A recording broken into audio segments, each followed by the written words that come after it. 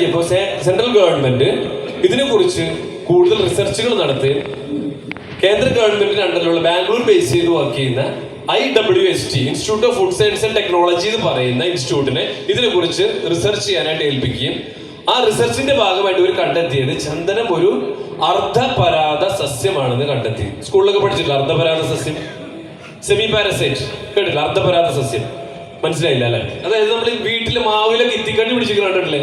ഇത്തിക്കണ്ണി. ഈ ഇത്തിക്കണ്ണിക്ക് ഭൂമിയായിട്ടുള്ള ബന്ധമുണ്ടോ? ഇല്ല. അതിന് വേണ്ട ആവശ്യമുള്ള വെള്ളവും വിളക്ക് വലിച്ചെടുക്കുന്ന ആ മാവിന്റെ അല്ലെങ്കിൽ ആ മരത്തിന്റെ തടിയിൽ നിന്നാണ്.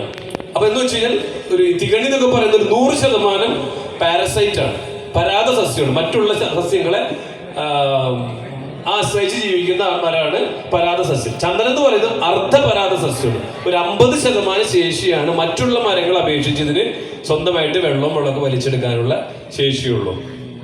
അപ്പോഴാണ് ഗവൺമെന്റ് ഈ IWST എന്ന് പറയുന്ന ഇൻസ്റ്റിറ്റ്യൂട്ട് കണ്ടെത്തി ഇതിന് പുതിയൊരു കൃഷി രീതി ഡെവലപ്പ് ചെയ്തെടുത്തു.